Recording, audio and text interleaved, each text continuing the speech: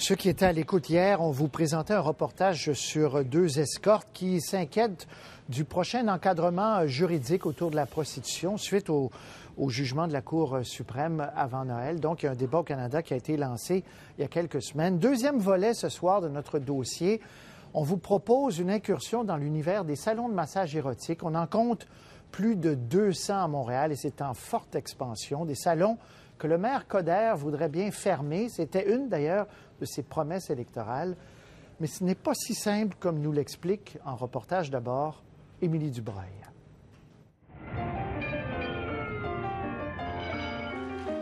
Au début des années 40, Montréal se taille une réputation de libertine.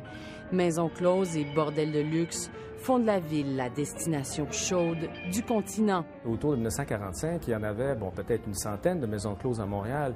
Et sur la rue de Billion, la petite rue de Billion, l'espace de quelques numéros, il y avait une quarantaine de bordels, une sorte de petite colonie de plaisir près de la frontière américaine.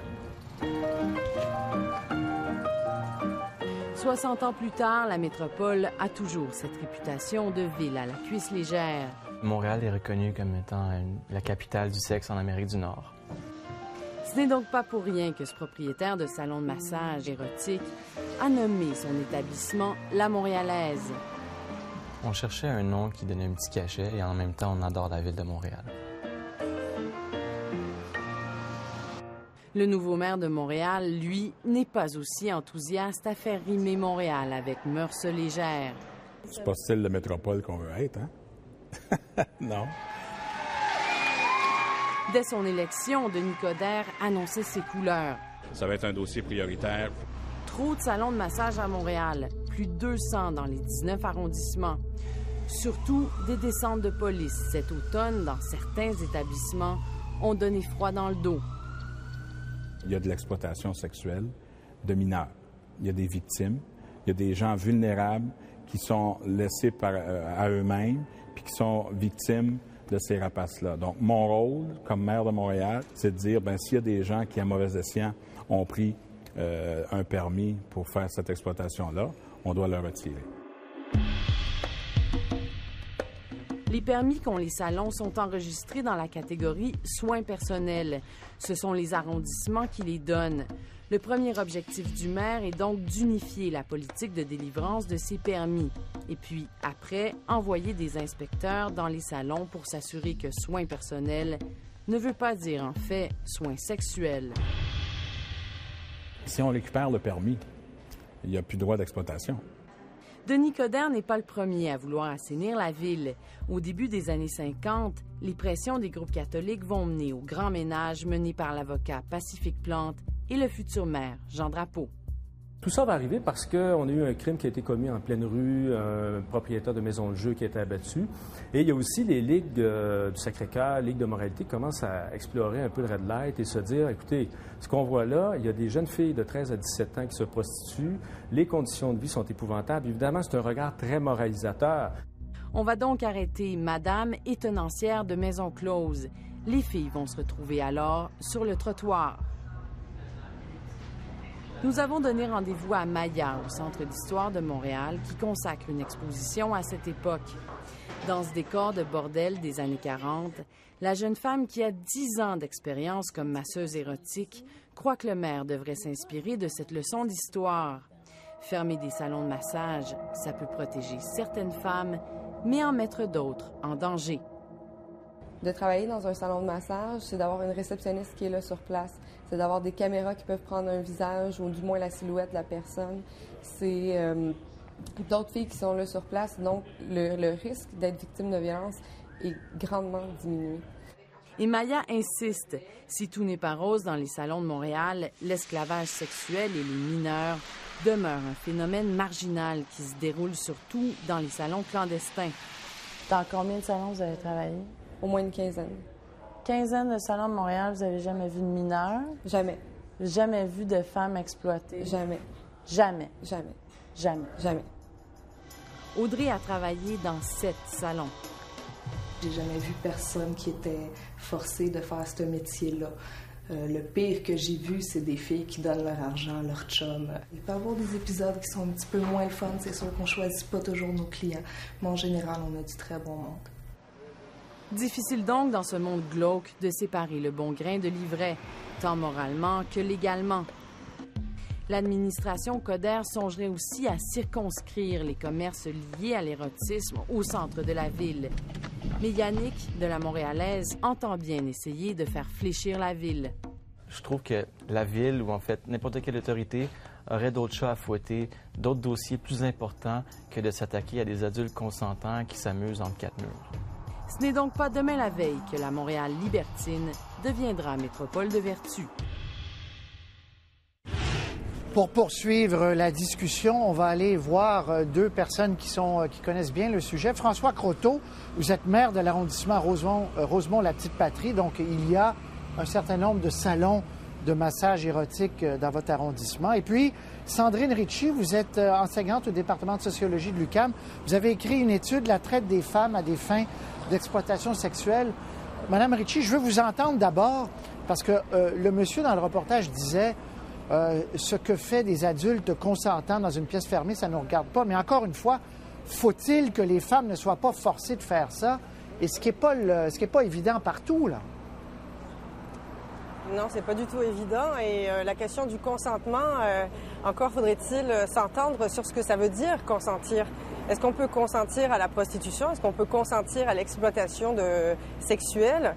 C'est une question qu'on évacue un peu trop souvent. Et c'est très facile, en fait, de se dédouaner de toute responsabilité dans ce dossier en invoquant justement le pseudo-consentement ou le fait que les femmes auraient choisi d'être là. Dans la réalité, c'est nettement moins évident et on sait avec nos recherches que, à la fois des recherches documentaires, des recherches sur le terrain, que en fait, les salons de massage, pas seulement les salons de massage, mais les salons de massage sont susceptibles d'accueillir, de cacher, d'exploiter quantité de femmes et notamment des migrantes.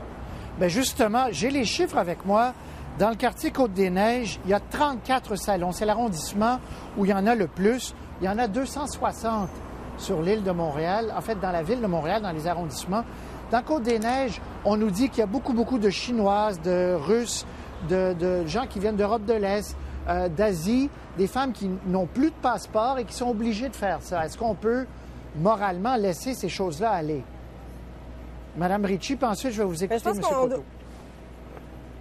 Oui, je pense on peut se situer sur un plan moral, comme vous le présentez, mais on peut aussi se situer dans un contexte plus large d'égalité entre les femmes et les hommes, un contexte où on doit prendre en compte la vulnérabilité de certains individus et sans même aller jusqu'à des situations de prime abord violentes ou alors de coercition explicite ou quand on ait enlevé les passeports des femmes, etc.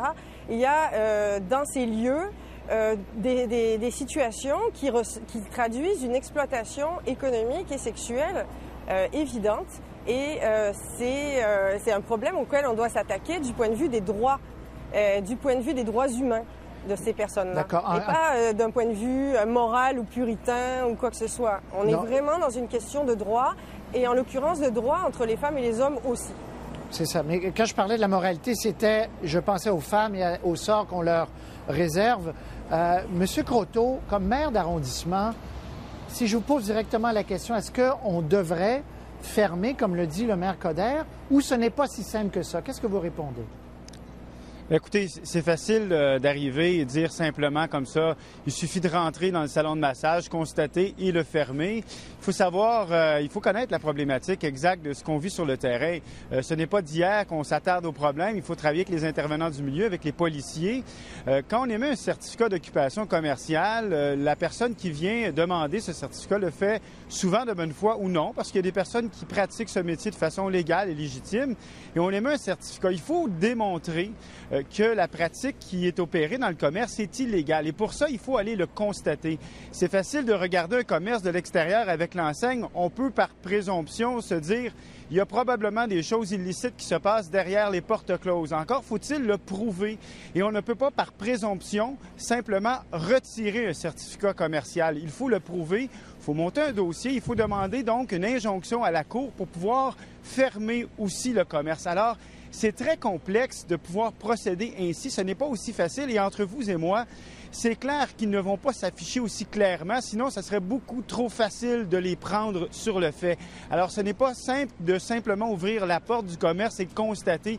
Il faut le prouver. Et les inspecteurs de la ville ne vont pas aller solliciter ils n'iront pas se faire masser dans une cabine. Vos inspecteurs n'iront pas se faire masser. C'est le travail de la police. Mais je vous repose la question aux deux.